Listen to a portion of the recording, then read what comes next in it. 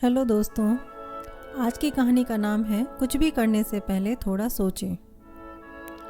एक युवक ने शादी के कुछ साल बाद पिता से कहा कि वह विदेश जाकर व्यापार करना चाहता है। पिता ने उसकी मंजूरी दे दी। युवक अपने माँ बाप और गर्भवती पत्नी को छोड़कर व्यापार करने विदेश चला गया। उसने विदेश में कड़ी मेहनत की और धन कमाया और वह बहुत अमीर सेठ बन गया। लगभग 15 वर्ष धन कमाने में बीत गए तो उसे वापस घर लौटने की इच्छा हुई। पत्नी को पत्र लिखकर उसने आने की सूचना दी और जहाज में बैठ गया। वह सेठ कुछ दिनों बाद अपने नगर पहुंचा। नगर के एक चौराहे पर ही उसने देखा कि एक व्यक्ति एक बोर्ड के साथ खड़ा था। उस बोर्ड पर उसने लिखा रखा था, बेशकीमती ज्ञान के सूत्र। सेठ ने उस व्यक्ति के पास जाकर पता किया तो उसने बताया कि मैं बेशकीमती ज्ञान के सूत्र बेच रहा हूँ।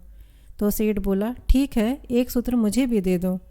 वह आदमी बोला, मेरे हर ज्ञान सूत्र की कीमत 100 स्वर्ण मुद्राएं हैं। सेठ को यह सौदा महंगा तो लगा, लेकिन उसने एक ज्ञान सूत्र खरीद लिया।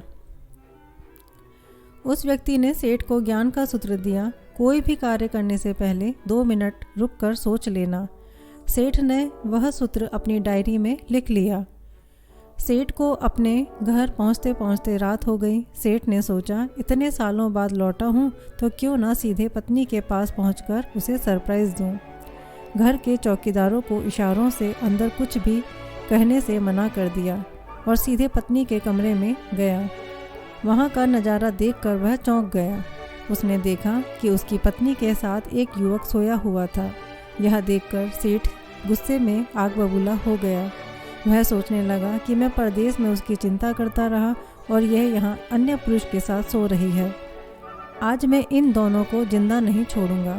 वह गुस्से से अपनी तलवार निकालकर दोनों पर वार करने ही जा रहा था।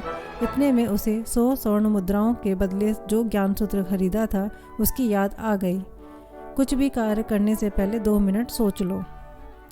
वह 2 मिनट सोचने के लिए रुका। उसने तलवार वापस पीछे हटाई, लेकिन वह किसी बर्तन से टकरा गई।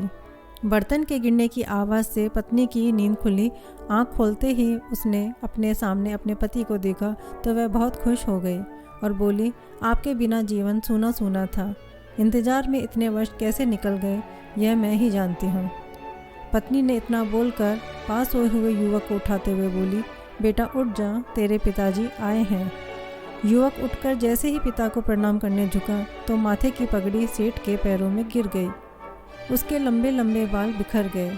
सेठ की पत्नी ने कहा, यह आपकी बेटी है, इसके सम्मान को कोई आँच ना आए, इसलिए मैं इसे बचपन से ही पुत्र के समान पालन पोषण और संस्कार दिए हैं। यह सुनकर सेठ की आंखों से आंसू की धारा बह गई। उसने पत्नी और बेटी को गले लगा लिया और सोचने लगा, यदि आज मैंने उस ज्ञान सूत्र पर अमल नहीं किया होता तो आवेश में आकर कितना अनर्थ हो जाता। मेरे हाथों से मेरा ही निर्दोष परिवार खत्म हो जाता। तो दोस्तों, इस कहानी से यही शिक्षा मिलती है कि जल्दबाजी में आकर कोई निर्णय ना लेवें, क्योंकि जब हम आवेश में होते हैं तो हमें अच्छे बुरे का ख्याल नहीं रहता है। इसलिए गुस्सा होने की स्थिति में कोई भी निर्णय ना लें।